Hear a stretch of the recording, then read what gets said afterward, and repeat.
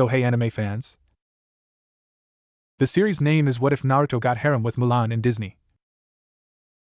So let's start the series. Naruto sat on the edge of the cliff overlooking the Valley of the End, his cloak heavy with water, the fabric clinging to his shoulders like something alive.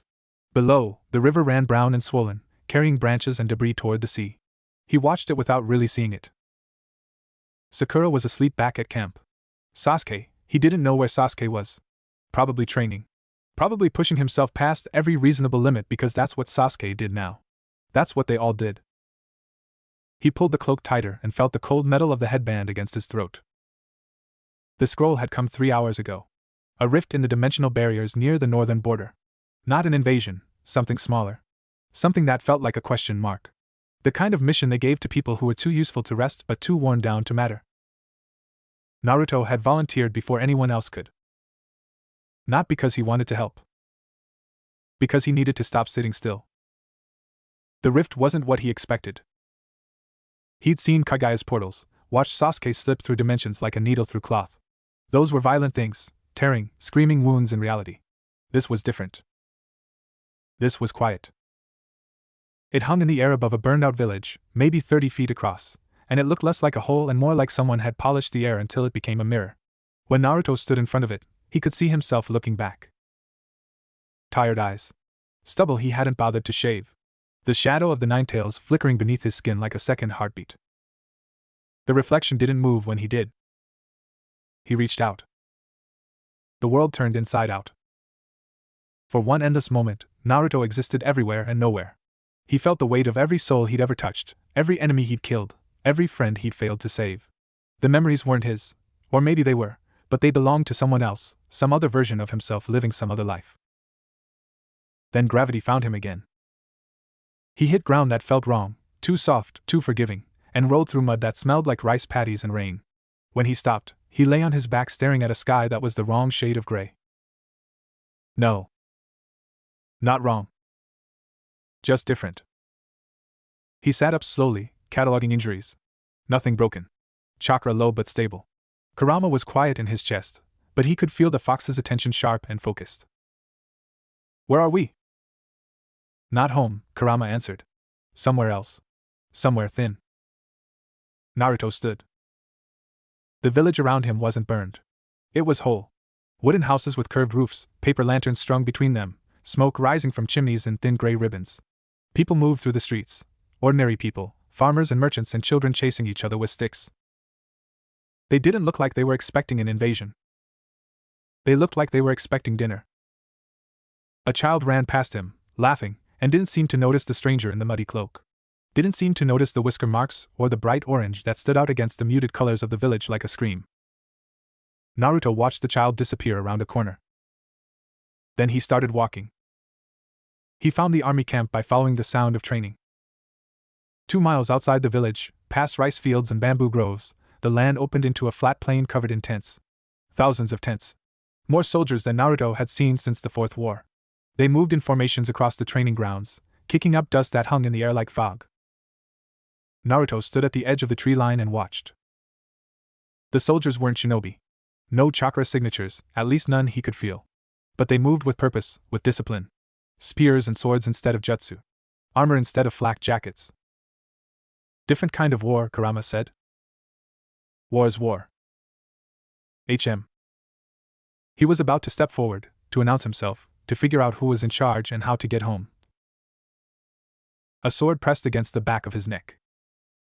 Don't move. The voice was low, controlled, female. Naruto didn't move. You're not from here, she said. Not a question. Does it show? The sword didn't waver. Your clothes. Your marks. The way you watch. You move like someone who's never held a formation in his life, but you stood there counting our numbers like you were estimating how long it would take to kill us all. Naruto blinked. She's good, Kurama said. Yeah. I wasn't. Turn around. Slowly. He turned. She was young, younger than him maybe. Dark hair pulled back tight, armor that fit like it had been made for someone larger and adjusted badly. Her face was streaked with dust and sweat, but her eyes were clear. Sharp. They moved over him like she was reading a document written in a language she didn't quite understand. She held the sword steady. Who are you? Naruto looked at her. At the camp behind her. At the sky that was the wrong shade of gray. I don't know, he said. That's the problem. Her name was Mulan. She didn't tell him that until she marched him through the camp, past soldiers who stared openly at his orange cloak and whisker marks, past officers who called out questions she ignored, past cooking fires and supply tents and a row of horses that stamped and snorted as he passed. She took him to a tent at the edge of the encampment. Smaller than the others. Tucked against a grove of bamboo. Sit, she said. Naruto sat. She didn't. She stood by the tent flap, sword still in her hand, watching him like she expected him to explode. You're a spy, she said. I'm not. Then what are you? He thought about it. The war. The rift. Sasuke's face the last time they'd spoken, cold and distant. Sakura's hands shaking as she healed wounds that never seemed to stop coming. The weight of the cloak on his shoulders. I'm a soldier, he said finally. From somewhere far away. She laughed. It wasn't a nice laugh. There's nowhere far enough to explain you. You'd be surprised. They looked at each other. Outside, someone shouted an order. Feet pounded past the tent. The sound of training continued, steady and relentless. Mulan sheathed her sword. I should turn you over to the captain, she said. He'd have you executed by sunset. Why won't you? She was quiet for a long moment. When she spoke, her voice was different. Softer. Because I know what it's like to be somewhere you don't belong. Pretending to be something you're not. Naruto looked at her. Really looked. The badly fitted armor. The way she stood, not like someone who'd been trained since childhood, but like someone who'd taught herself. The eyes that watched him like she was watching herself. You're not supposed to be here either, he said. Her jaw tightened. That's not your concern. She gave him food. Rice and vegetables, bland but warm. He ate it sitting cross-legged on the ground while she sat on an overturned crate, watching the tent flap, listening to the camp sounds. The Huns will be here in 3 days, she said. 20,000 men. Naruto stopped chewing. Our army is 5,000. Mostly farmers who learned which end of the spear to hold 6 months ago. She picked at a thread on her sleeve. The Emperor has other armies, but they're days away. By the time they arrive, there won't be anything left to save. Why are you telling me this? She looked at him. Because you appeared out of nowhere wearing bright orange in the middle of a war zone. Either you're the worst spy in history, or you're something I don't understand. And I don't have the luxury of ignoring things I don't understand. Naruto set down the bowl. I fought in a war, he said. Bigger than this one. More soldiers, more death, more everything. I'm not saying I can win this for you. But I might be able to help. How? He thought about shadow clones. About Rasengan. About Kurama's chakra burning beneath his skin like a sun. How would any of that sound to someone who'd never seen a shinobi? I move fast, he said. Faster than you'd believe. And I hit hard.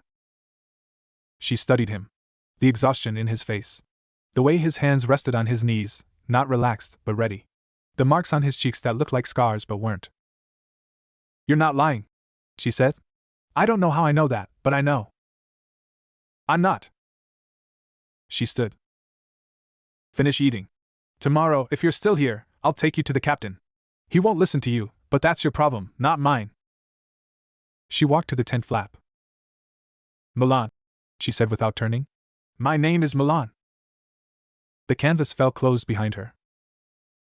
Naruto sat in the silence, holding the empty bowl, listening to the rain start again on the roof. He didn't sleep. Not because he was afraid, though part of him was, the part that always woke reaching for weapons that weren't there. He didn't sleep because his mind wouldn't stop moving. The rift. The village. The army. The girl with the sword and the eyes that held too much. You're thinking about her. Kurama's voice was dry. Amused. I'm thinking about the situation. You're thinking about her. Naruto leaned back against the tent pole. Outside, the rain had settled into a steady rhythm, drumming against the canvas like distant taiko. She's hiding something, he said. Something big. Aren't we all? He closed his eyes. In the darkness behind his lids, he saw the reflection in the rift again. Himself, but wrong. Tired in a way he didn't recognize. Like the exhaustion he carried wasn't his own. "What happened to you?" he asked the reflection. It didn't answer. Morning came gray and wet. Naruto stepped out of the tent and found Mulan waiting, her armor adjusted, her hair rebound. She looked at him like she'd expected him to disappear overnight. "You're still here. You sound disappointed." "I sound realistic." She turned and started walking. "Come on. Captain Lee expects a report." He followed. The camp was waking around them. Soldiers stumbling toward breakfast, officers shouting orders, the smell of rice cooking over open fires. Naruto moved through it all like a ghost, watching, cataloging, feeling the shape of this army the way he'd learned to feel the shape of battlefields. They were scared. Not showing it, most of them. But he could feel it. The way they moved too quickly, laughed too loudly, avoided each other's eyes. They knew what was coming. 20,000 against 5,000. Those weren't odds. Those were arithmetic. Captain Lee was a tall man with a scar across his jaw and eyes that had seen too much. He stood outside the command tent, speaking with a group of officers, and when he saw Mulan approaching with a stranger in orange, his expression didn't change. But something in his posture did. "Report," he said. Mulan saluted. "No sign of Hun scouts within 10 miles, Captain. The village is secure. The roads are clear." "And him?" She hesitated. Just a fraction. Naruto caught it. "He appeared at the edge of camp yesterday. Claims he's a soldier from far away. I thought you should see him." Captain Lee looked at Naruto. Really looked. The kind of look that stripped away everything unnecessary and tried to find the truth underneath. "You're not from any army I know." "No," Naruto said. "Can you fight?" "Yes." "Will you fight?" Naruto thought about home. About the war waiting for him. About Sasuke and Sakura and everyone who needed him to come back. But they weren't here. Here, there was only this army. These soldiers. This girl who'd given him food and shelter and looked at him like she understood. "Yes," he said. Captain Lee nodded once. "Then you're in the infantry. Report to Sergeant Joe at the North Training Ground." He turned back to his officers. "Dismissed."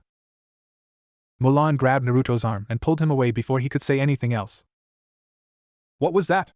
she demanded when they were out of earshot. "What was what?" You just agreed to fight in a war that isn't yours. For people you don't know. Against an enemy you've never seen." Naruto looked at her. "Yeah," he said. "That's what soldiers do." She stared at him. For a moment, something shifted in her face. Something raw and young and not quite hidden. Then it was gone. "Sergeant Joe is at the North Training Ground," she said. "Try not to die before the Huns get here." She walked away. Naruto watched her go. "She's hiding something," Kurama said. "Yeah. And you're not going to ask?" "Not yet." He turned north and started walking. The North Training Ground was mud and misery. Sergeant Joe was a wall of a man with a voice that could crack stone and no patience for anything. He took one look at Naruto, the orange, the marks, the exhaustion, and pointed to a group of soldiers practicing with wooden spears. "You're with them. Try to keep up." Naruto joined the group. The soldiers were young. Most of them younger than him. They looked at him with the same curiosity and suspicion he'd seen since arriving, but no one spoke. They just kept training. He picked up a wooden spear. It felt wrong in his hands, too light, too simple. He was used to weapons made of chakra, of will. This was just wood. But the soldiers around him treated it like it mattered. So he tried. By midday, his arms ached. Not from the weight, he'd carried heavier things. From the repetition. The same movements over and over, thrust and block and turn, until his muscles remembered what his mind had never known. The other soldiers were better. They'd been doing this for months. They moved together like parts of a machine, and Naruto kept breaking the rhythm. "You're thinking too much," someone said. He turned. A young man about his age, with a round face and dirt under his nails. He held his spear loosely, comfortably. "It's not about thinking," he said. "It's about feeling. The spear knows where to go. You just have to get out of its way." Naruto looked at his own spear. What if I don't know how to get out of the way? The young man laughed. Then you learn. That's what this is. He gestured at the camp, the soldiers, the mud. Learning. They practiced together for the rest of the afternoon. The young man's name was Yao. He was a farmer's son who never held a spear before the army found him. Now he was one of the best in the unit. Not because I'm talented, he said. Because I'm scared. Fear focuses the mind. Naruto thought about that. At sunset, the training ended. Soldiers drifted toward the cooking fires, exhaustion in every step. Naruto stood alone in the mud, watching the light fade. You did well. Mulan stood at the edge of the training ground. She changed out of her armor, wore simple clothes now, and looked smaller because of it. For someone who's never used a spear, she added. You been watching? Someone has to. You're the only interesting thing here. She walked toward him, stopped a few feet away. The captain wants to see you. Tonight. After dinner. Why? He didn't say. But he doesn't summon soldiers for no reason. Naruto looked at her. The fading light caught her face, made shadows under her eyes. You know more than you're telling me, he said. I know a lot of things I'm not telling you. About the war? About the Huns? She was quiet for a moment. About myself, she said finally. And about what it costs to pretend to be something you're not. She turned and walked away. Naruto watched her go, and for the first time since arriving in this world, he felt something other than exhaustion. He felt curious. The captain's tent was lit by a single lantern. Naruto stood at the entrance, waiting. Inside, he could hear voices, Captain Lee and someone else, their words too low to make out. Then footsteps. The tent flap opened. Captain Lee looked at him. Come in. Naruto entered. The tent was sparse. A cot, a table covered in maps, a weapons rack holding a single sword. Captain Lee sat behind the table and gestured to the ground. Sit. Naruto sat. I've been watching you, Captain Lee said. Since you arrived. You move differently than my soldiers. You react differently. When Sergeant Joe shouted at you today, you didn't flinch. When the other soldiers dropped from exhaustion, you kept going. He leaned forward. I've been a soldier for 20 years. I know what training looks like. Whatever training you've had, it wasn't mine. Naruto said nothing. Mulan says you're from far away. I don't know what that means, and I don't need to know. What I need to know is whether you can fight when the Huns arrive. Really fight. Not just swing a spear. Naruto met his eyes. I can fight. Good. Captain Lee sat back. Because I'm putting you with the scouts. Mulan's unit. She knows the terrain better than anyone, and she needs someone who can move fast and think faster. He picked up a map. The Huns will come through the pass at Tungshao. 3 days, maybe less. If we can slow them down there, buy time for reinforcements. He trailed off. It's not enough, Naruto said quietly. No. It's not. Captain Lee set down the map. But it's what we have. They sat in silence for a long moment. Then Naruto spoke. I've been in fights like this before. Where the numbers don't add up and the reinforcements won't arrive in time. Where everyone knows they're going to die but they fight anyway. Captain Lee watched him. Why do they fight? Naruto thought about it. About the Fourth War. About soldiers he'd never met standing shoulder to shoulder against an enemy that should have destroyed them. Because the alternative is worse, he said. Because if you don't fight, you've already lost. Because sometimes the only thing you have is the choice to stand up when you should fall down. Captain Lee was quiet for a long time. Then he nodded. Report to Mulan at dawn. She'll tell you what you need to know. Naruto stood. At the tent flap, he paused. Captain? Yes? That girl. Mulan. She's not what she seems. Captain Lee's face didn't change. No, he said. She's not. Naruto walked back through the camp in darkness. The cooking fires had burned low. Soldiers slept in their tents, their breathing soft and regular. Somewhere, someone was crying, quietly, so no one would hear.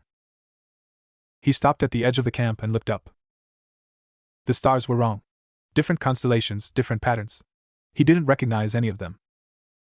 Home is far away, Kurama said. Yeah. Does that bother you?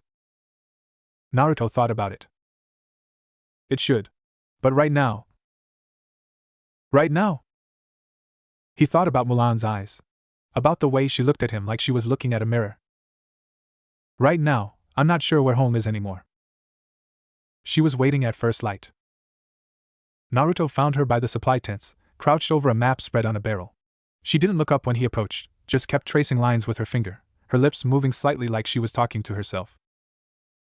You're early, she said. You said dawn? Dawn means sunrise. She pointed at the horizon, where the sky was just starting to lighten. That's still 20 minutes away. Naruto leaned against the barrel. I don't sleep much. Now she looked up. Her eyes did that thing again, reading him, cataloging, trying to find the file that would explain what she was seeing. War does that, she said. Takes away the easy things first. Sleep. Appetite. The ability to sit still. You sound like you know. She folded the map. I know a lot of things. They walked south, away from the camp, toward the mountains that rose gray and sharp against the brightening sky. Mulan moved fast, not shinobi fast, but fast enough that most soldiers would struggle to keep up. Naruto matched her easily, his feet finding the path without thought. For a while they didn't talk. The land changed as they walked. Rice paddies gave way to scrub grass, then to rock. The air got thinner, colder. Naruto pulled his cloak tighter and watched Mulan's back as she climbed ahead of him. She moved like someone who'd spent her whole life in these hills. Like she knew every rock, every turn. But there was something else in the way she moved, a tension, a holding back. Like part of her was always watching for something. You're staring, she said without turning. You're easy to stare at. She stopped. Turned. Her face was hard to read in the morning light. That's not, I didn't mean. He ran a hand through his hair. Sorry. That came out wrong. She studied him for a moment. Then something shifted in her expression, not quite a smile, but close. You're strange, she said. You know that? So I've been told. She turned and kept walking. The pass at Tung Sha was a wound in the mountain. Narrow. Steep. The kind of place where 10 men could hold off 100, if those 10 men were willing to die. Naruto stood at the entrance and looked up at the walls of rock rising on either side, at the sky visible only as a thin strip of blue. It's a good place for an ambush, he said. It's the only place. Mulan sat on a boulder and pulled out her water skin. The Huns have to come through here. The mountains to the east are impassable, and the river to the west is too wide to cross with an army. How do you know all this? She drank, wiped her mouth. I grew up here. In the village at the base of the mountain. My father used to bring me up here when I was small, teach me the paths, the hiding places. He said. She stopped. Said what? She looked away. Said that one day I'd need to know how to survive. He didn't know how right he was. Naruto sat on the ground across from her. The rock was cold through his clothes. What happened to your father? She was quiet for a long time. Long enough that he thought she wasn't going to answer. He got old, she finally said. And the army came looking for soldiers. 1 man from every family. My father was the only man in ours. Naruto waited. So I went instead. She said it flatly, like she was reading a list of supplies. Cut my hair. Wore his armor. Took his name. She looked at him then, and there it was, the thing she'd been hiding. The fear and the exhaustion and the desperate hope that no one would find out. I'm not supposed to be here, she said. Women aren't allowed in the army. If anyone finds out, they'll execute me. And my father. And my ancestors, they'll spit on my family's name for generations. Naruto didn't say anything. Aren't you going to? She made a vague gesture. I don't know. Be shocked? Disgusted? Why would I be disgusted? Because it's... She stopped. Took a breath. Because I'm lying. Because I'm pretending to be something I'm not. Because every day I wake up afraid that today's the day someone figures it out. Naruto looked at her. I've been pretending my whole life, he said. Not about being a boy or a girl. About everything else. About being normal. About being okay. About not having this thing inside me that could destroy everyone I love if I lose control. He touched his chest, where Kurama slept. People look at me and they see what they want to see. The demon. The hero. The idiot. The savior. And none of it's real. None of it's me. Mulan stared at him. Who are you? She asked. The real you? He thought about it. The question felt huge, impossible. I don't know, he said. I'm still trying to figure that out. They spent the morning mapping the pass. Mulan showed him the best places for archers, the spots where rocks could be pushed down on an advancing army, the narrowest points where soldiers could hold the line. Naruto listened, asked questions, filed it all away. But part of him was watching her. The way she moved. The way she talked about the land like it was part of her. The way her voice changed when she spoke about her father, softer, younger, like she was still the girl who'd followed him up these paths. By midday they'd covered everything. They sat on a ridge overlooking the pass, sharing dried meat and water, watching the clouds build over the mountains. It might rain tonight, Mulan said. That'll slow them down. Every day helps. She nodded.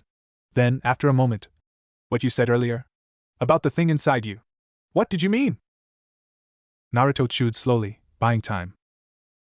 It's complicated, he said finally. Where I'm from, there are these creatures. Tailed beasts. Massive things made of chakra, that's energy. Life force. They have more power than anything else in the world. Mulan listened without interrupting. One of them was sealed inside me when I was born. The nine-tailed fox. It destroyed my village, killed a lot of people. And then they put it in me. She was quiet. Everyone hated me for it. For something I had no control over. Something I didn't even know about until I was older. He picked at a crack in the rock. I spent my whole life trying to prove I wasn't the monster they saw. Trying to make them see me. Do they now? See you? He thought about the village. About the faces that still watched him sideways, the whispers that still followed him down streets. Some of them. Not all. Maybe not most. He shrugged. But I stopped caring about what most people think. I've got people who matter. People who see me. That's enough. Mulan looked at the mountains. I don't have that, she said. People who see me. Everyone here sees the soldier I'm pretending to be. And back home, everyone saw the daughter I was supposed to be. No one's ever seen both. Naruto looked at her profile. The set of her jaw. The way her hands rested on her knees, palms up, like she was waiting to catch something. I see you, he said. She turned. I see someone who's scared and brave and lying through her teeth. Someone who's doing something impossibly hard because it's the right thing to do. Someone who's more than the armor she wears. Her eyes went wide. Just for a second. Then she looked away. You don't even know me, she said quietly. I know enough. They headed back as the clouds darkened. The rain started when they were halfway down the mountain, first a few drops, then a steady pour that turned the path to mud. They moved faster, slipping and sliding, until Mulan grabbed his arm and pulled him toward a cave tucked behind a stand of twisted pines. In here, she said. We waited out. The cave was small, dry, smelled of old animal. They sat near the entrance, watching the rain turn the world to gray, and listened to the water dripping from the rocks. Naruto pulled off his cloak and wrung it out. Water pooled on the stone floor. You're soaked, Mulan said. You're not much better. She looked at herself. Her hair had come loose, hung in wet strands around her face. Without the armor, without the careful control, she looked younger. Looked like what she was, a girl not much older than him, trying to hold everything together. She caught him looking and self-consciously touched her hair. I must look a mess. You look. He stopped. Tried to find the right word. Real. She blinked. That's the strangest compliment I've ever received. Is it a compliment? I think so. She almost smiled. I'm not sure. They sat in silence for a while. The rain kept falling. The cave grew darker as the clouds thickened. What's it like? She asked. Where you're from?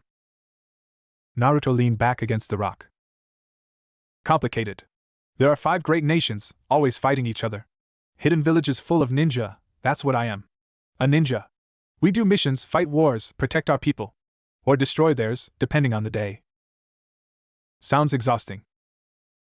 It is. He laughed, but it came out tired. There's always another battle. Another enemy. Another person trying to take something from you. I keep thinking it'll end someday, but it never does. Is that why you're here? Because you needed a break? I don't know why I'm here. The rift just brought me. Maybe it sensed I needed to get away. Maybe it was random. Maybe there's no reason at all. Mulan pulled her knees up to her chest. I used to believe in reasons, she said. When I was small, I thought everything happened for a purpose. That the gods had a plan, and if I just trusted them, everything would work out. And now? She looked at the rain. Now I think the gods are busy with other things. Or they don't care. Or they're not there at all. Because if they were, why would they let the Huns come? Why would they let my father get old and weak? Why would they make me choose between my family and my life? Naruto didn't have an answer. He wanted to say something comforting. Something about hope, about fighting, about never giving up. Those were the things he always said. The things he believed. But sitting in this cave, watching this girl fall apart piece by piece, the words felt hollow. So instead he just sat there. Present. Quiet. After a long time, she spoke again. I've never told anyone, she said, about who I really am.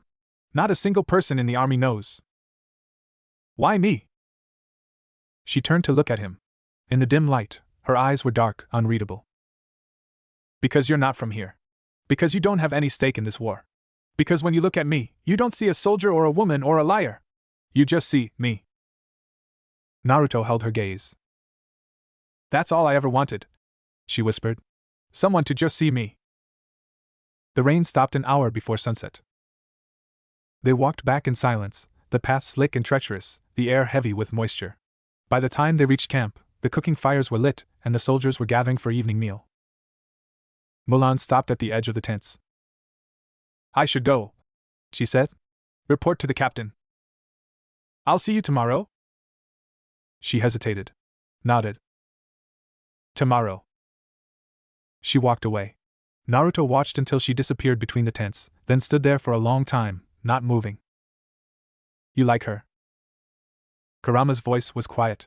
Not teasing. I don't know her well enough to like her. That's not what I mean and you know it. Naruto rubbed his face. I don't know what I feel. Everything's mixed up. Home. The war. Sasuke. And now this place, this girl. She's not just this girl. No. He looked toward where she'd disappeared. No, she's not. That night he dreamed. He was standing in the Valley of the End again, but the statues were wrong. They weren't Madara and Hashirama, but two people he didn't recognize.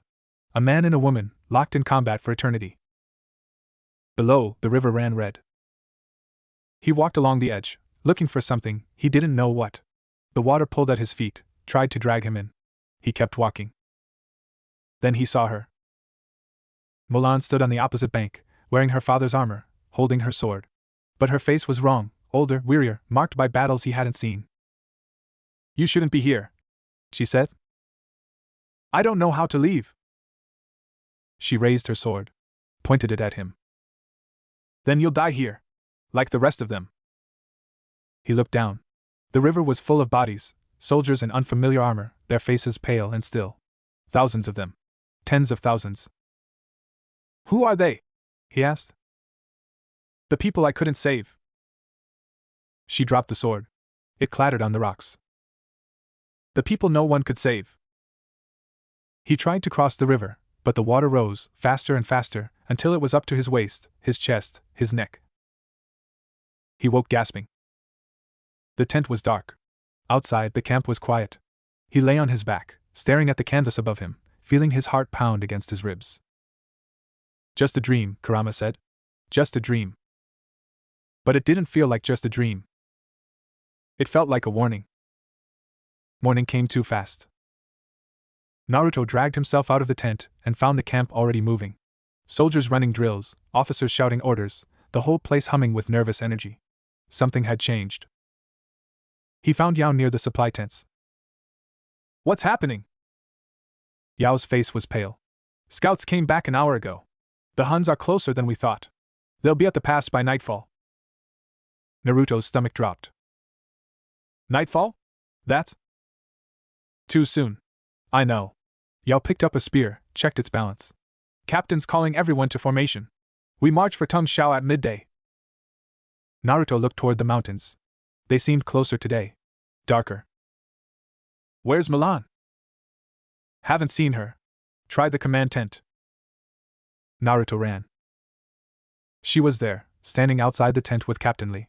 They were arguing, he could tell from the set of their shoulders, the way they leaned toward each other like fighters circling. Don't have time for this, Captain Lee was saying. Then make time. You can't send the scouts out now. I can and I will. We need eyes on that pass, and you're the best I've got. I'm not. She stopped when she saw Naruto. Her face was tight, controlled. Captain Lee turned. You. Good. You're with her. Report to Sergeant Cho for gear, then move out. He walked away before Naruto could respond. Mulan stood frozen for a moment. Then she exhaled, long and slow, and some of the tension left her shoulders. He wants us to scout the pass, she said. See if there's anywhere we can set up an ambush before they arrive. That's dangerous. Everything's dangerous. She looked at him. You don't have to come. You're not even from here. Naruto thought about the dream. The river of bodies. The people she couldn't save. I'm coming, he said. They left within the hour. Just the two of them, moving fast through the hills, the mountains growing larger with every step. Mulan set a brutal pace, and Naruto matched it, pushing past the exhaustion that never really left him anymore. By mid-afternoon they reached the pass. It looked different now. Darker. The shadows seemed deeper, the walls steeper. Naruto stood at the entrance, and felt something he hadn't felt in a long time.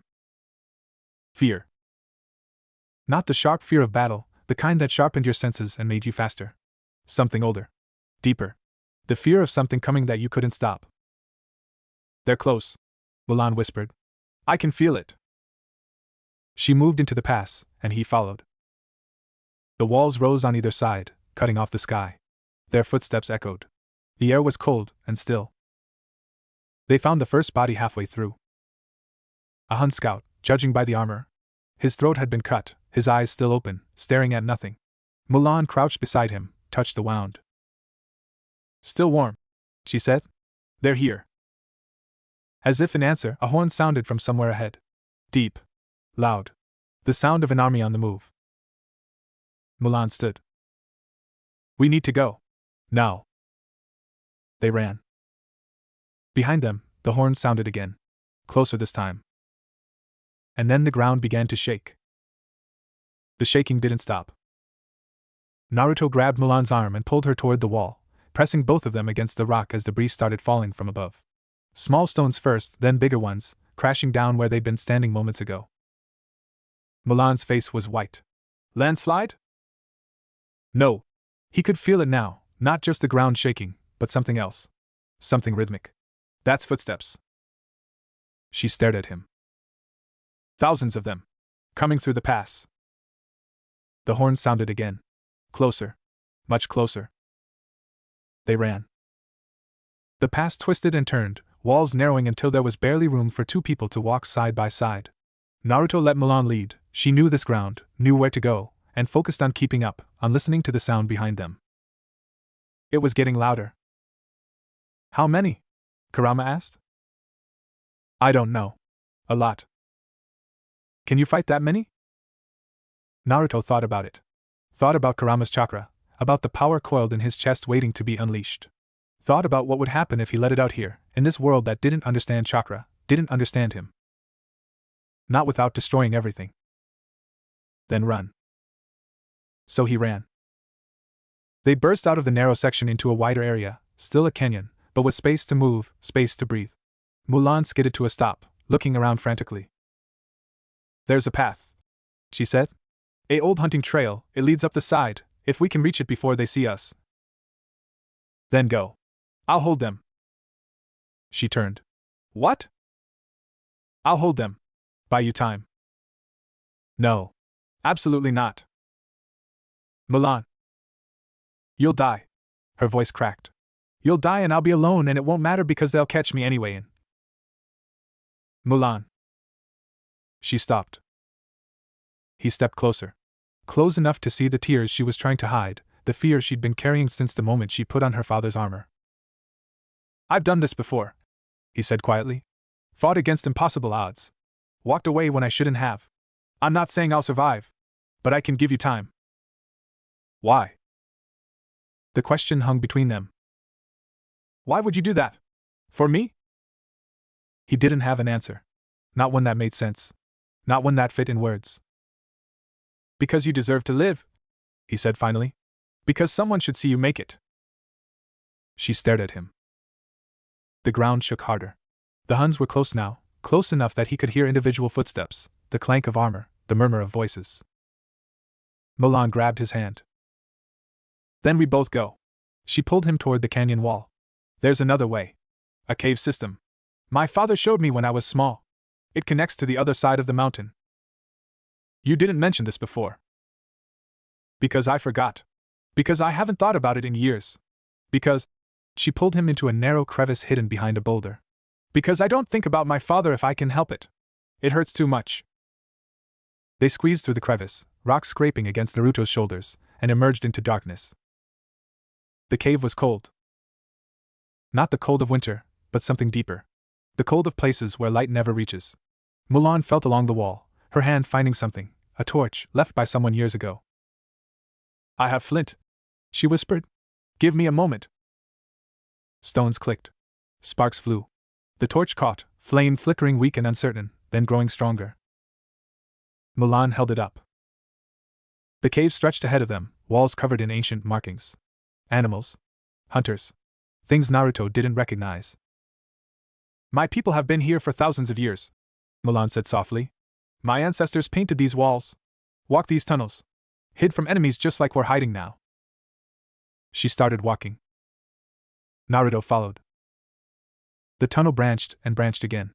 Mulan never hesitated. She moved like she'd walked these paths yesterday, like the years since her father brought her here had disappeared.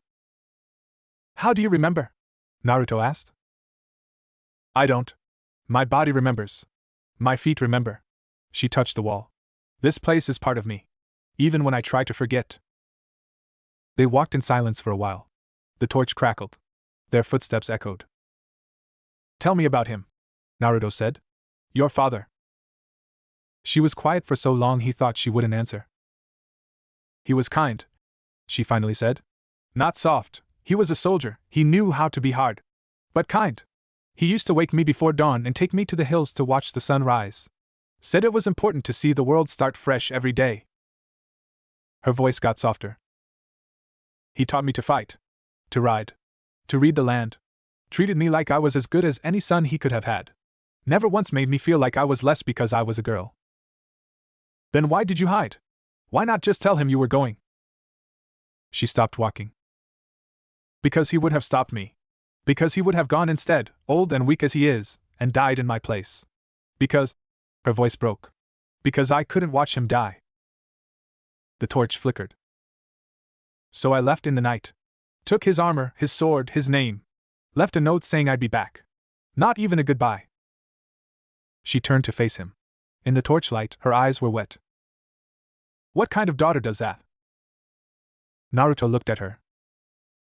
The kind who loves her father more than her own life, he said. The kind who's brave enough to do the hard thing instead of the easy one. She shook her head. You don't understand. Maybe not. But I know what it's like to carry guilt. To wonder if you made the right choice. To lie awake at night thinking about all the things you could have done differently. He stepped closer. And I know that guilt doesn't help anyone. It just sits there, eating at you, making everything harder. The only way through it is to keep going. Keep fighting. Make sure that whatever you sacrificed was worth something. Mulan looked at him for a long moment. Then she wiped her eyes with the back of her hand and kept walking. The tunnel started sloping upward. We're close, Mulan said. The exit's just ahead. Comes out on the far side of the mountain, past where the Huns are setting up camp. They emerged into fading light. The sun was setting, painting the sky orange and red. Below them, spread across the valley, was the Hun army. Naruto had seen armies before. Had stood on battlefields with thousands of soldiers on each side. But this was different. This wasn't soldiers, it was a tide. A flood. Tents stretched as far as he could see, cooking fires like stars reflected on dark water, horses and men and weapons beyond counting. Mulan made a small sound beside him. That's not 20,000, she whispered. That's twice that. Maybe more. Naruto counted. Tried to estimate. Came up with numbers that made his stomach turn. 40,000, he said. At least. She sat down heavily on the rock. 5,000 against 40. It's not a battle. It's a slaughter. Naruto stood beside her, looking down at the army. There's got to be something, he said. Some way to even the odds. There isn't. I've been over every plan, every possibility. The pass is the only way through, and they're too many. Even if we held them at the narrowest point, they just keep coming. Wave after wave until we ran out of arrows, out of strength, out of hope. She picked up a small stone and threw it down the mountainside. My father used to tell me stories about the great battles. The ones where a tiny force held off an army through cleverness and courage. I believed them when I was small. Thought that if you were brave enough and smart enough, you could overcome anything. She laughed, but there was no humor in it.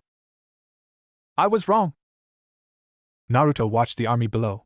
Watched the movement, the organization, the way they spread across the valley like water finding its level. You're not wrong, he said slowly. You just haven't found the right story. She looked at him. What? He turned to her. An idea was forming, not fully there yet, but growing. You said there's no way to beat them in a straight fight. So don't fight them straight. What other way is there? He pointed at the mountain above them. At the walls of rock that surrounded the pass. Landslides. Rock slides. You said yourself this place is unstable. What if we made it more unstable? Mulan stared at him. You want to bring down the mountain? I want to bring down enough of it to block the pass. Bottle them up. Give your army time to set up a real defense. She was quiet for a moment. Then she stood. It could work, she said slowly.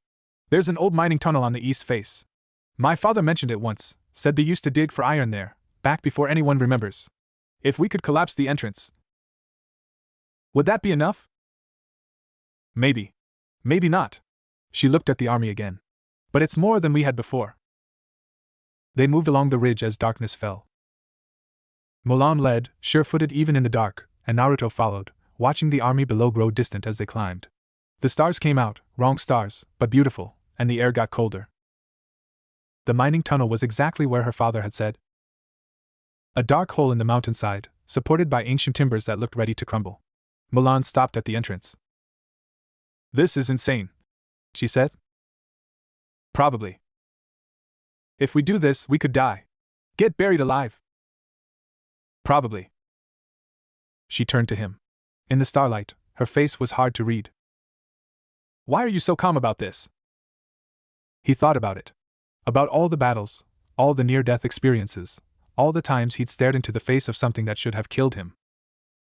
I've been close to death a lot, he said. Eventually you stop being scared of it. You start being scared of other things. Like what? Like failing the people who matter. Like living when you should have died. Like getting to the end and realizing you didn't do enough. She was quiet. I know that fear, she said softly. I've lived with it every day since I left home. They stood at the entrance to the tunnel, the wind pulling at their clothes, the army spread out below them like a sleeping beast. Together? She asked. Together. They walked into the dark. The tunnel went deeper than they expected. Timbers groaned above them. The air was thick with dust. Mulan held the torch high, its light barely pushing back the darkness. How far? Naruto asked. Should be soon. The main shaft opens up ahead, that's where we need to be. They reached it a few minutes later. A large cavern, carved by generations of miners. Support beams everywhere. Piles of rubble. And at the far end, a wall of rock that separated them from the pass. If we bring this down, Mulan said, the whole tunnel could collapse. We need to be sure we can get out before. She stopped. Naruto heard it too. Footsteps. Coming from deeper in the tunnel. They pressed against the wall, killed the torch. Darkness swallowed them. The footsteps got closer. Voices now, harsh, guttural. Hun scouts, checking the tunnel. Mulan's hand found his in the dark. Squeezed tight. The voices passed. Faded. They waited until the silence stretched long and thin, then crept back toward the entrance. Outside, the night had grown cold. They sat with their backs against the rock, breathing slow, letting their hearts settle. That was close, Mulan whispered. Too close. She looked at him. In the starlight, her eyes were very dark. We need to do it tomorrow, she said, before they move through the pass. If we wait any longer. Tomorrow. She nodded. They sat in silence for a while. The army below had gone quiet, just the occasional shout, the whinny of a horse, the crackle of dying fires. What will you do? Mulan asked. After? If you survive? Naruto thought about home. About the rift. About Sasuke and Sakura and the war waiting for him. Go back, he said. If I can. There are people counting on me. And if you can't? He didn't have an answer. Mulan pulled her knees up to her chest. I've never met anyone like you, she said. Someone who just shows up. Helps. Doesn't ask for anything in return. I've asked for plenty. Not from me. Not from anyone here. She rested her chin on her knees. You could have walked away. Could have found someplace safe to hide until the rift opens again. But you didn't. Naruto looked at the stars. That's not who I am. Who are you? The question again. The one he couldn't answer. I'm someone who's trying, he said. Trying to be better. Trying to help. Trying to make sure that when I look back on my life, I don't see a long list of people I failed. Mulan was quiet for a long moment. Then she leaned her head against his shoulder. Just lightly. Just for a moment. Thank you, she whispered, for not failing me. They sat like that as the night deepened, the army sleeping below them, the mountains silent around them. Tomorrow, they would try to move it.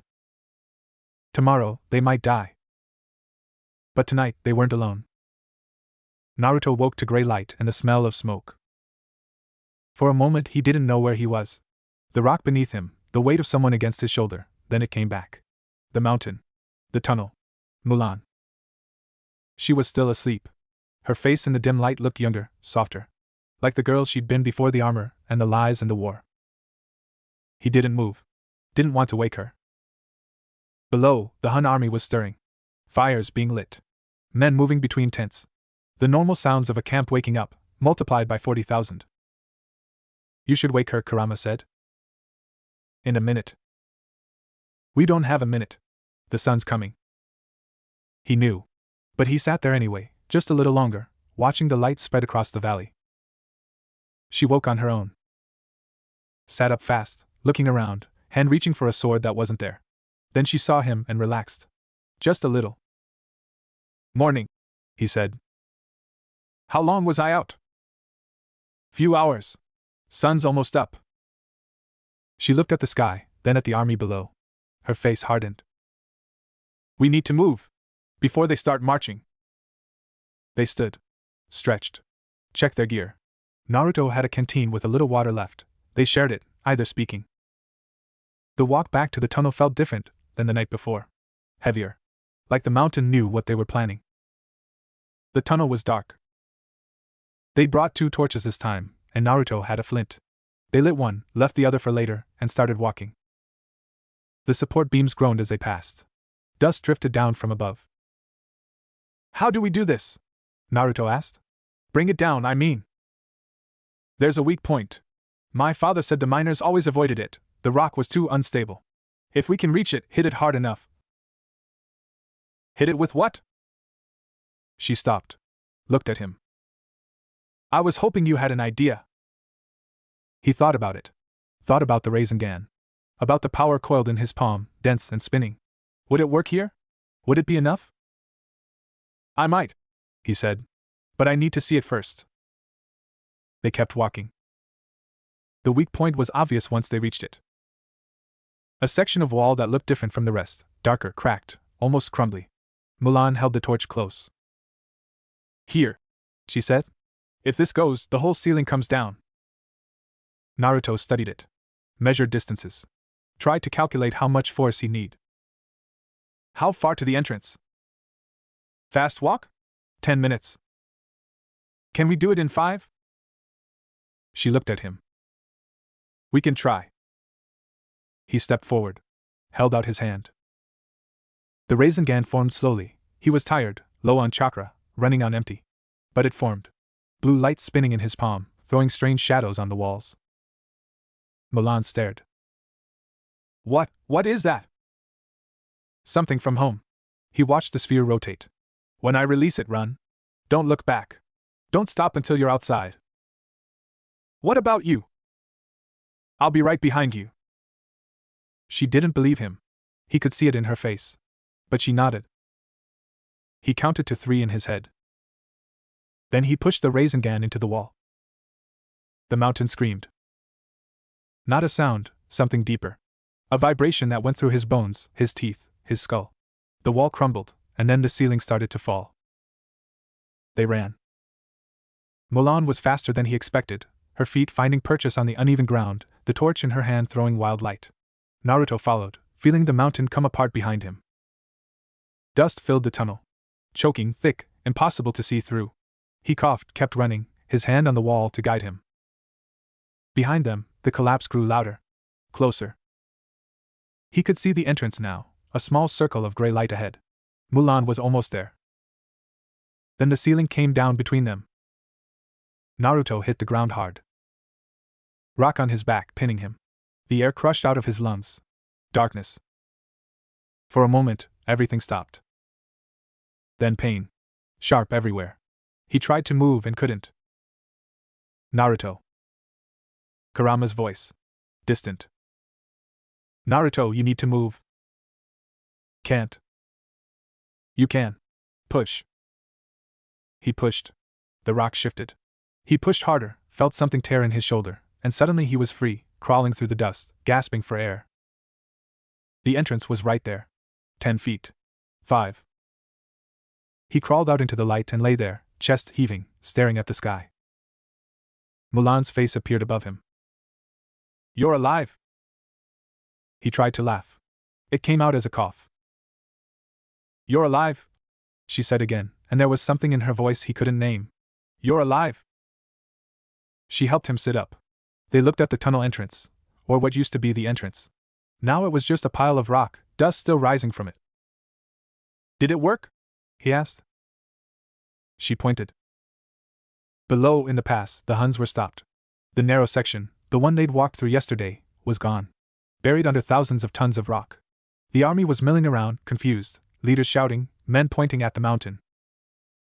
It worked, she whispered. It actually worked. Naruto looked at the destruction. At the army trapped on the other side. At the girl beside him, covered in dust and grinning like a child. We should get back, he said. Tell your captain. She nodded. Helped him stand. They started walking. The walk back took hours. Naruto's shoulder screamed with every step. His ribs ached. But he kept moving, kept putting one foot in front of the other, because stopping wasn't an option. Mulan stayed close. When he stumbled, she caught him. When he slowed, she waited. Neither spoke much. By midday, they reached the edge of the camp. Soldiers saw them coming and started shouting. Within minutes, they were surrounded, faces Naruto didn't know, all talking at once, asking questions he couldn't follow. Then Captain Lee was there. He looked at them. At the dust, the exhaustion, the way Naruto was holding his shoulder. Report, he said. Mulan straightened. The pass at Tung Shao is collapsed, sir. The Huns can't get through. At least not for days, maybe longer. Captain Lee stared at her. How? She glanced at Naruto. We had help. The captain's eyes moved to Naruto. Stayed there. Come with me, he said. Both of you. The command tent felt smaller than before. Naruto sat on the ground, too tired to stand. Mulan stood beside him, still straight, still formal, even though he could see how much she wanted to sit. Captain Lee listened to the whole story without interrupting.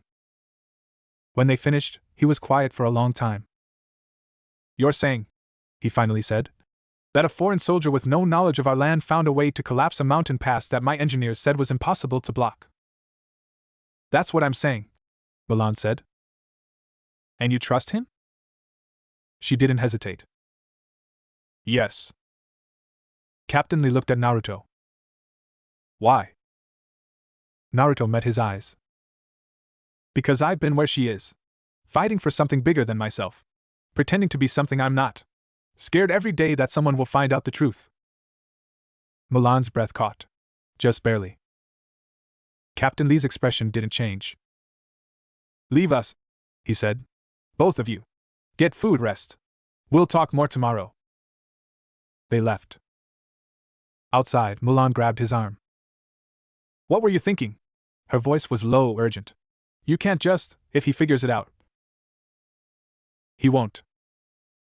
How do you know? He looked at her. Because he already knows. She went still. He's known for a while, I think. Maybe from the beginning. But he hasn't said anything. Hasn't turned you in. She stared at him. Why? That's between you and him. He touched his shoulder, winced. But I don't think he's your enemy. I think he's been waiting for you to trust him. Mulan stood there in the fading light, her face unreadable.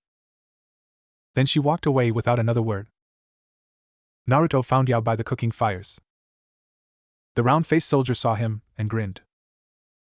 You're alive! Everyone's been talking about it, you and Mulan collapsing the pass, saving the army. He handed Naruto a bowl of rice. You're a hero. Naruto took the bowl. Sat down heavily. I'm tired. That's what heroes always say. Yao sat beside him. Eat. Rest. Tomorrow we'll probably have to do something stupid again. Naruto laughed.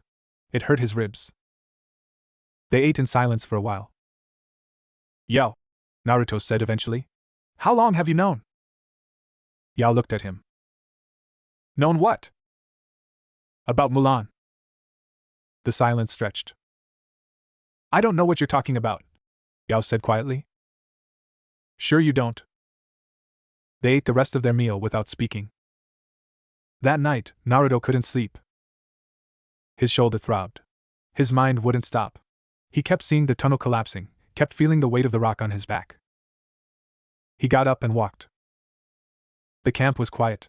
Most soldiers asleep. A few guards patrolling the perimeter, but they knew him now, just nodded as he passed. He ended up at the edge of the camp, looking out at the mountains. The stars were wrong, but beautiful.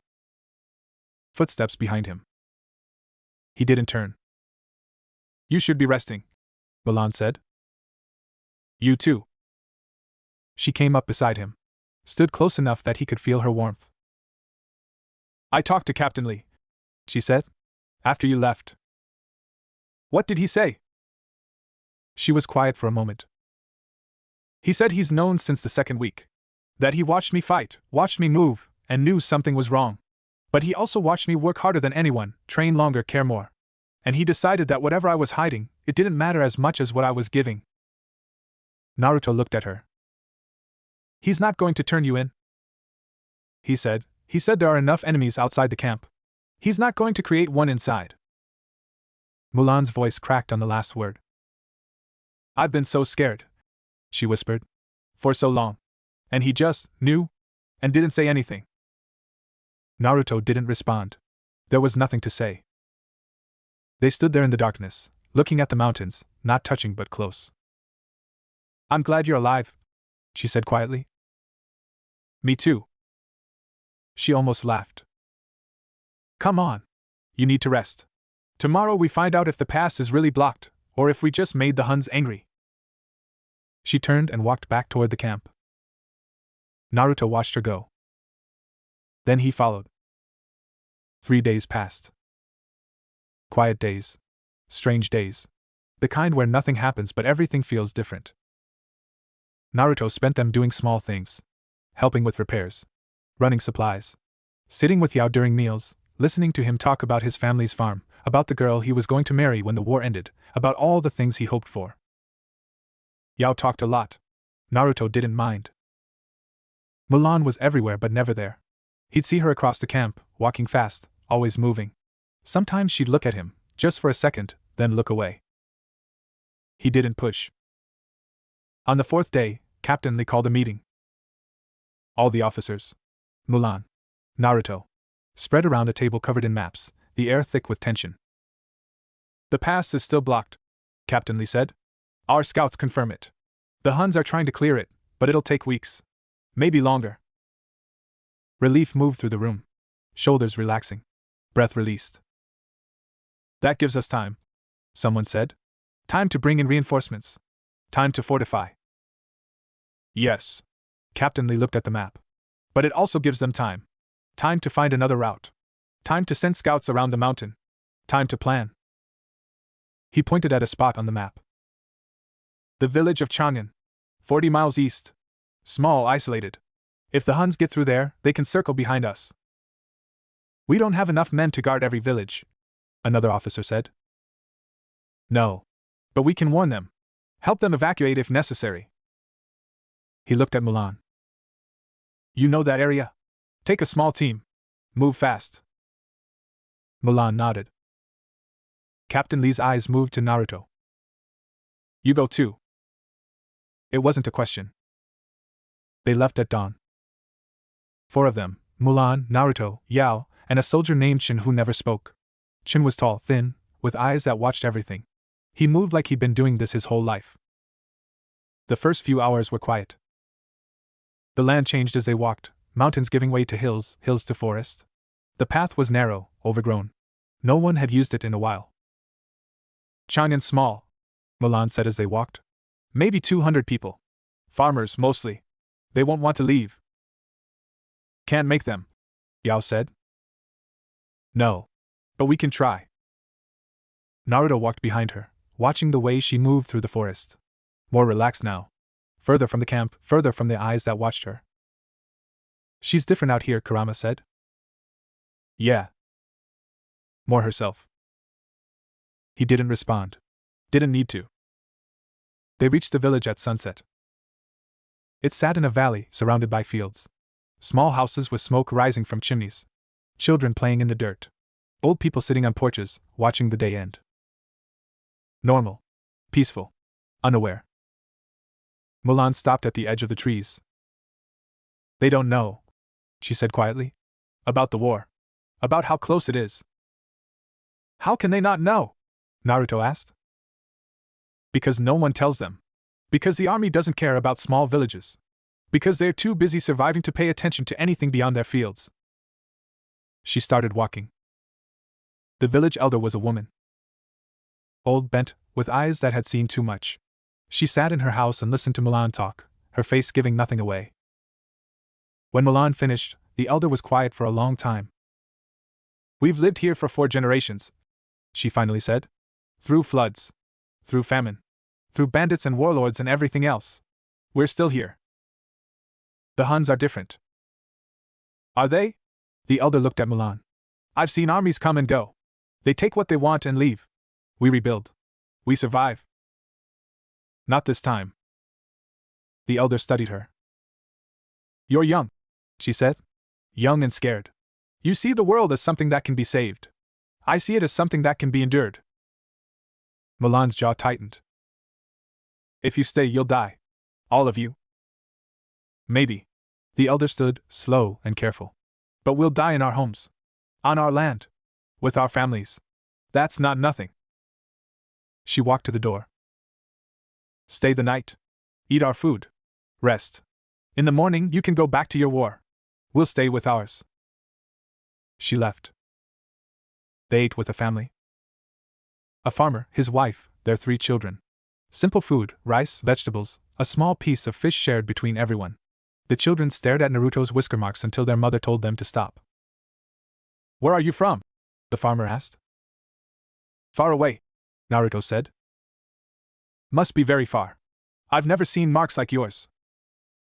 Birthmark, Naruto said. It felt strange, lying about something that had caused them so much pain. But here, in this simple house, with these simple people, it didn't matter. They didn't know what the marks meant.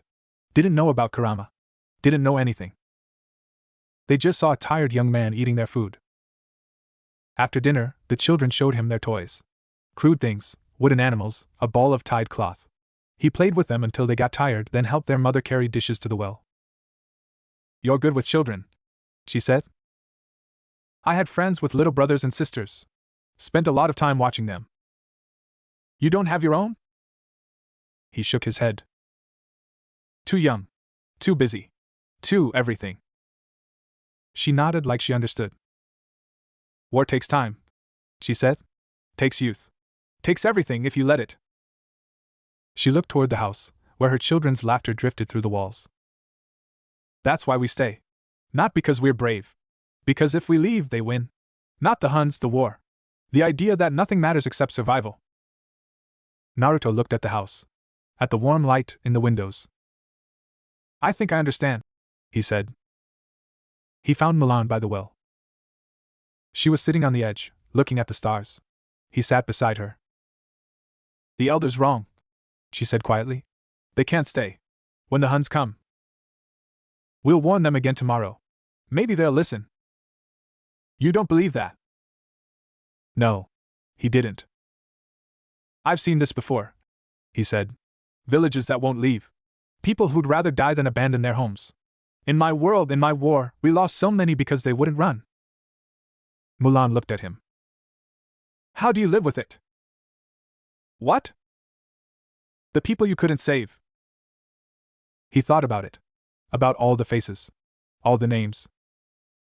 I don't know, he said. I just keep going. Keep fighting. Make sure the next ones live. That's not an answer. No. It's not. They sat in silence. The farmer's wife, Mulan said after a while. She told me you played with her children. Let them climb on you. Told them stories. They were bored. That's not why you did it. He didn't respond. She said you looked sad? When you thought no one was watching. Naruto looked at his hands. I'm always sad, he said. I just got good at hiding it. Mulan was quiet for a long moment.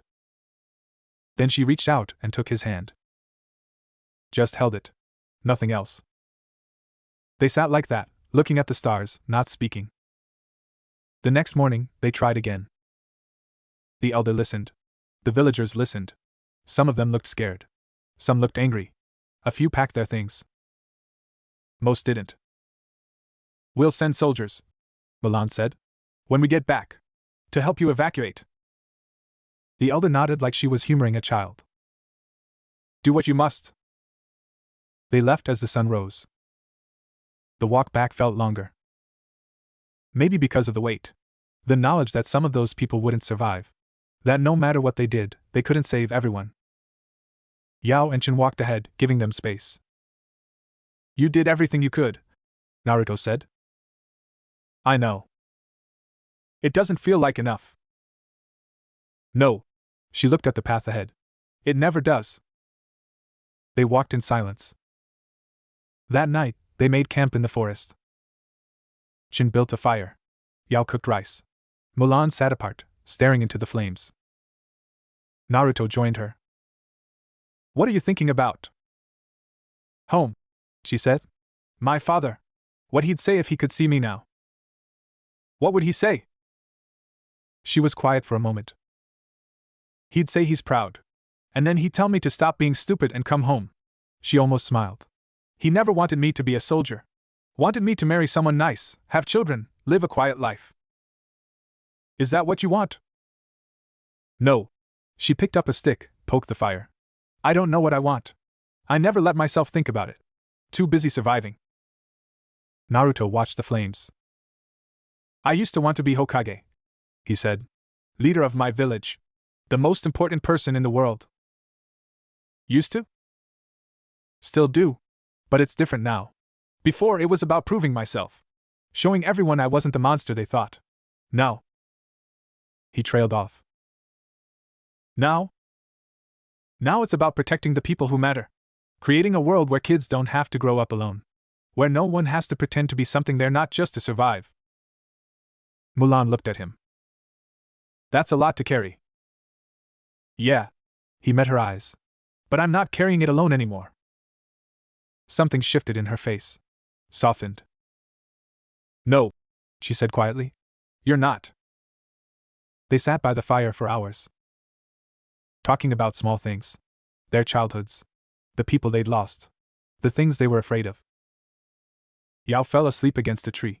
Chin kept watch at the edge of camp, silent as always. At some point, Mulan leaned against Naruto's shoulder. He didn't move. Didn't want to. I'm scared, she whispered. Of what happens next. Of the battle. Of dying without anyone knowing who I really was. You won't die. You don't know that. No. But I know you. And you're too stubborn to die. She laughed. Soft and tired. Is that a compliment? Take it however you want. She was quiet for a moment. Naruto? Yeah? If we survive this, if we both survive, what happens? He thought about it. About the rift. About home. About all the things pulling him away. I don't know, he said honestly. But I know I'll never forget you. She lifted her head. Looked at him. In the firelight, her eyes were very bright. Promise? Promise. She leaned her head back down. They stayed like that until the fire burned to ash and the stars began to fade. They made it back to camp by midday. Something felt different. The air was heavier. Soldiers moved faster, talked less.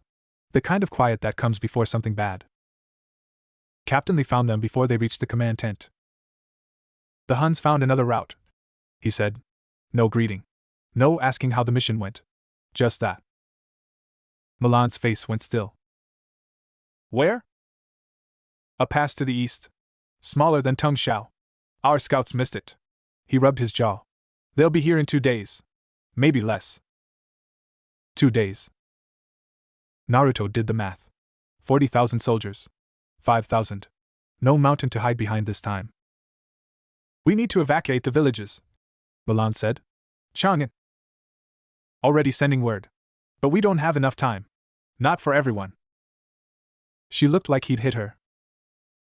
Captain Lee's voice softened. Just a little. You did what you could. We all did. He looked at Naruto. You should rest. Both of you. Tomorrow we plan. Tomorrow we figure out how to fight. He walked away. Mulan stood there, not moving. Naruto didn't say anything. There was nothing to say.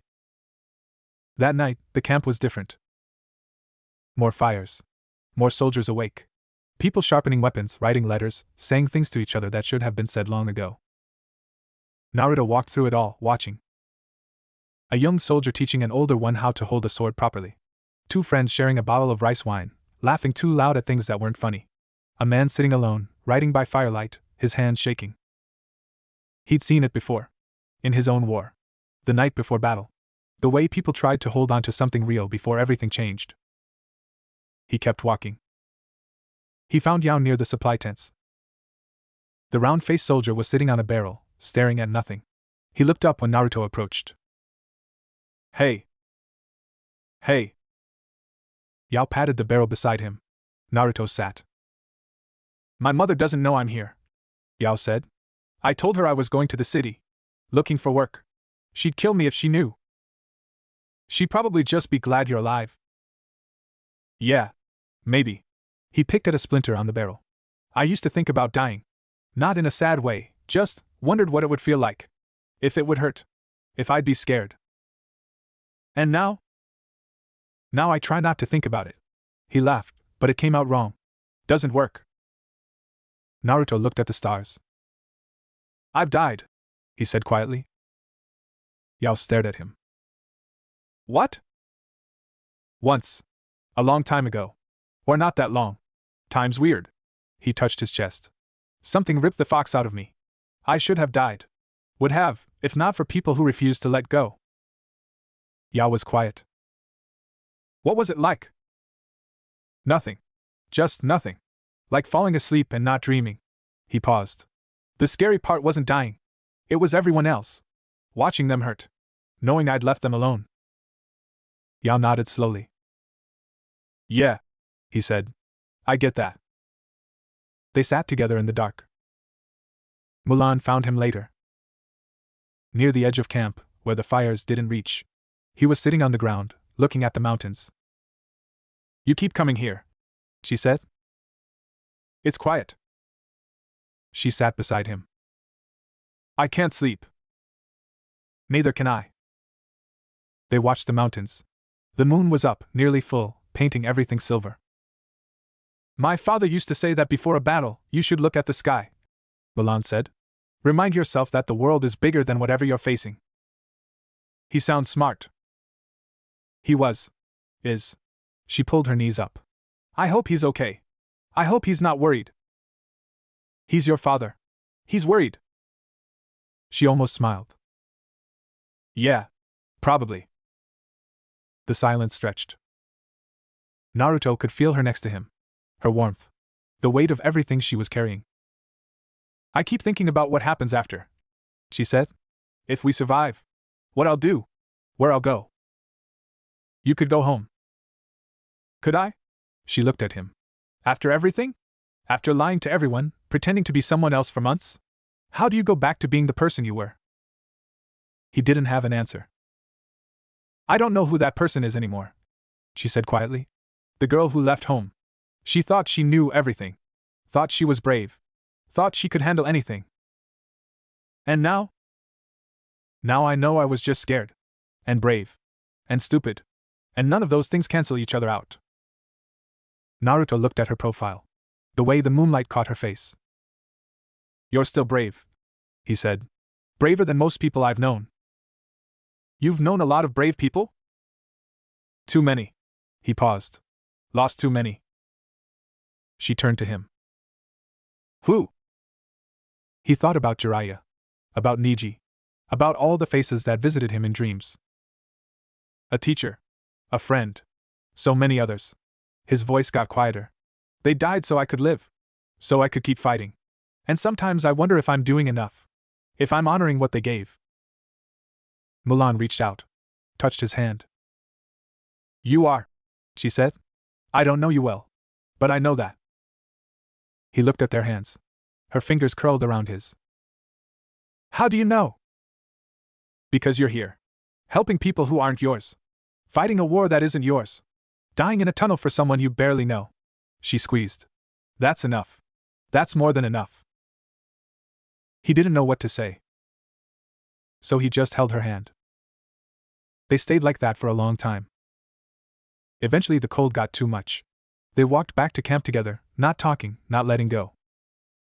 At the edge of the tent area, she stopped. Tomorrow, she said. Everything changes tomorrow. Yeah. She looked at him. In the dim light, her eyes were hard to read. If something happens. It won't. Listen to me. Her voice was firm. If something happens, I need you to know. She stopped. Know what? She stepped closer. Close enough that he could feel her breath. That I'm glad you fell out of the sky. That I'm glad you're strange and loud and covered in marks. That I. She kissed him. Quick. Soft. Over before he could react. Then she stepped back. Good night, Naruto. She walked away. He stood there, frozen, watching her disappear between the tents. He didn't sleep. Not because of the battle coming. Not because of the war. Because of her. Because of the way her lips felt. Because of what she almost said. You're awake, Kurama said. Yeah. Thinking about her. Yeah. The fox was quiet for a moment. She's good for you. I know. Don't mess it up. Naruto almost laughed. When have I ever not messed things up? Fair point. But try anyway. He lay on his back, staring at the canvas above him. Tomorrow, they would fight. Tomorrow, people would die. Tomorrow, everything could end. But tonight there was her. Tonight there was that kiss. He touched his lips. Dawn came too fast. The camp was already moving when he woke. Soldiers running, officers shouting, the whole place humming with terrible energy. He found his gear. Strapped on what armor they'd given him. Checked his weapons. A shadow clone could help. Could turn the tide. But it would mean using chakra, Kurama's chakra, and he didn't know what that would look like here. Didn't know if it would mark him as something other than human. Use me, Kurama said. If you need to. I know. I mean it. Don't be noble. Don't sacrifice yourself. Use me. Naruto touched his chest. Thanks, old friend. Don't thank me. Just survive. He walked toward the assembly point. Mulan was there. Standing with her unit, wearing her father's armor, her face set in that careful expression she used to hide everything. When she saw him, something flickered in her eyes. Then it was gone. He joined them. Said nothing. Captain Lee stood on a platform, looking at the gathered soldiers. 5,000 faces, all watching him. Today, he said, we fight. His voice carried. Not loud, but everyone heard. Today, we stand between the Huns and everything we love. Our families. Our homes. Our future. They have more men. Better weapons. More experience. He paused. None of that matters. He looked at them, soldier by soldier. Because we have something they don't. We have a reason to fight. We have people waiting for us to come home. We have each other. He drew his sword. Today, we are not 5,000 soldiers. Today, we are one wall, one shield, one family. And we do not break. The soldiers cheered. Not loud, a rumble, deep and real. Captain Lee nodded. Move out. They marched. 5,000 soldiers, moving toward the valley where the Huns would come. The sun climbed behind them. The mountains watched. Naruto walked beside Mulan. You okay? He asked. No. Good. Me neither. She almost smiled. When this is over, she said quietly, I want to talk. About last night. Okay. Not now. After. After. They kept walking. The valley was wide. Open. The worst possible place for a small army to make a stand. Captain Lee positioned them anyway. Archers on the low hills. Infantry in the center. Cavalry hidden in a grove of trees, waiting. Naruto stood with Mulan's unit. Front line. Where the fighting would be worst. He looked at the soldiers around him. Young faces. Old faces. Scared faces trying to look brave. Yao was there, holding his spear too tight. Shin stood silent, watching the horizon. Mulan's hand found his. Squeezed once. Let go. Then the ground started shaking. They came over the ridge like water. A dark tide, spreading across the valley. Horses and men and banners. The sound of 40,000 feet, 40,000 voices, 40,000 weapons. Naruto had seen armies before. Had fought in wars that spanned nations. But this was different. This was personal. These were people he'd eaten with, trained with, bled with. And they were about to die. Naruto. Kurama's voice was calm. I know. Are you ready? He looked at Mulan. At her profile, sharp against the sky. Yeah. I'm ready. The Huns kept coming. Closer. Closer. An order was shouted. Archers released. A cloud of arrows rose, fell, found targets. The tide didn't slow. Another order. Infantry braced. Naruto held his weapon. Felt the weight of it. Felt the weight of everything. Beside him, Mulan breathed in. Out. Together. She whispered. Together. The Huns hit. The first wave hit like a storm. Naruto didn't have time to think. Didn't have time to plan. Just moved. Blocked. Struck. The training from years of fighting took over, his body knowing what to do before his mind caught up. A Hun soldier swung at him. He ducked, stepped inside the swing, drove his blade into the man's side. The soldier fell. Another took his place. Beside him, Mulan fought. She was good. Better than good. Her sword moved like it was part of her, finding gaps in armor, turning aside blows that should have landed. But there were too many. Always too many. Naruto! He turned. Yao was down, a Hun standing over him, sword raised. Naruto moved. Not thinking. Just moving. Faster than any normal person should. He crossed the space in a heartbeat, caught the sword before it fell, threw the soldier aside like he weighed nothing. Yao stared up at him. You're. Get up. Naruto pulled him to his feet. Stay close. Yao nodded, face white, and picked up his spear.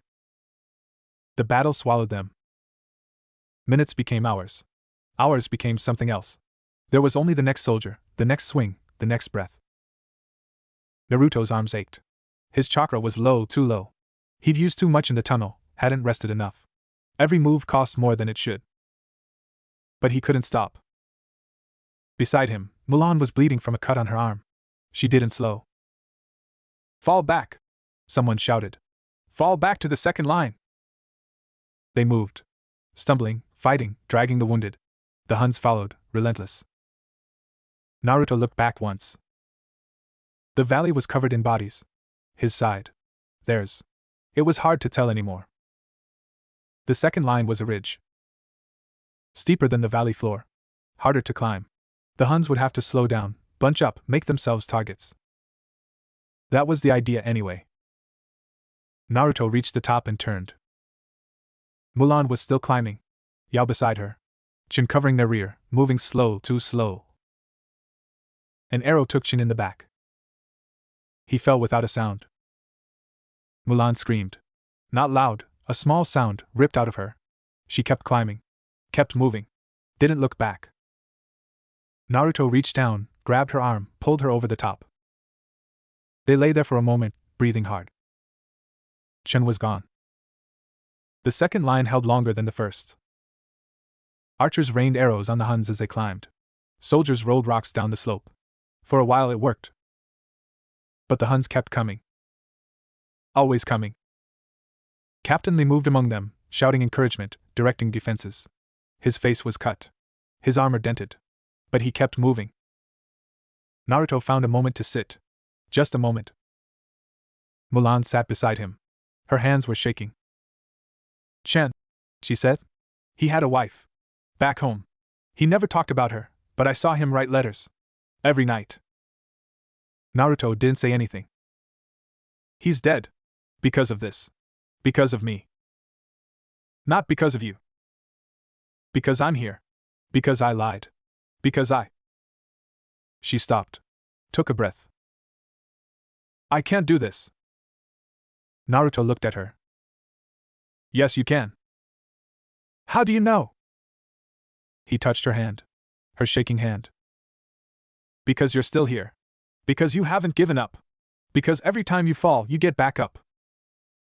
She stared at him. That's not courage, she whispered. That's just not knowing how to stop. Same thing. For a moment, something flickered in her eyes. Then she stood. We need to move. They're almost at the top. She was right. The third line was the camp. There was nowhere else to fall back to. If the Huns took this, it was over. Soldiers formed a final circle. Wounded in the center. Everyone else on the outside. Captain Lee stood in front. This is it, he said. No more lines. No more retreat. Just us. He looked at them. I'm honored to fight beside you. Every one of you. Whatever happens next, know that. The Huns came. Naruto lost track of time. There was only the fight. The endless, grinding fight. Bodies pressed together. Screaming. Blood. He saw Yao go down. Get up. Go down again. He saw Mulan cut down 3 soldiers in a row, her face blank, her body moving like a machine. He saw Captain Lee fall to his knees, then rise again. And still the Huns came. Naruto. Kurama's voice. Urgent. I know. You have to let me out. I know. He looked at Mulan. At the soldiers fighting around him. At the endless tide of enemies. If he let Kurama out, he could end this. Could destroy them all. But he didn't know what that would look like here. Didn't know if he could control it. Didn't know if the people he was trying to save would survive. Naruto. I know! He screamed it. Not at Kurama. At everything. Then he moved. He hit the Hun line like a weapon. Not using chakra. Not using anything but his body, his training, his will. He moved through them, leaving a trail of bodies, buying time, buying space. Behind him, the soldiers rallied. pushed forward, fought harder. But it wasn't enough. It was never enough. A blade caught him across the ribs. He felt it bite deep, felt the warmth of blood down his side. Kept moving. Another blade. His leg. He stumbled. Mulan was there, pulling him back, covering him. "Get up," she said. "Get up!" He got up. They fought back to back. Hun soldiers surrounded them. More than he could count. More than anyone could count. Mulan's sword was red. Her face was red. Everything was red. "This is it," she said. "Maybe." "No, maybe." She blocked a swing. Stumbled. Recovered. "I'm glad I met you." He looked at her. At this girl who'd lied and fought and bled and never stopped. "Me too." They turned to face the next wave. Then the horn sounded. Not Hun. Different. Deeper. Coming from behind them. Naruto turned. Over the ridge, riding hard, came thousands of soldiers. Banners flying. Armor gleaming. Reinforcements. The Huns saw them too. For a moment, everything stopped. Then the new army hit them from behind. It was over in an hour. The Huns, caught between two forces, broke. Ran. Surrendered. Died. Naruto sat in the mud and watched them go. Beside him, Mulan sat too. Her sword lay in the mud. She stared at nothing. "We won," she said. Like she didn't believe it. "Yeah. We won."